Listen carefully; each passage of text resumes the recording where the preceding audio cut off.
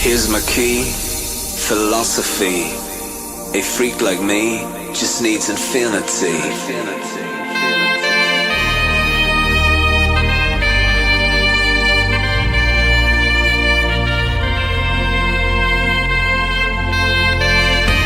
Relax, take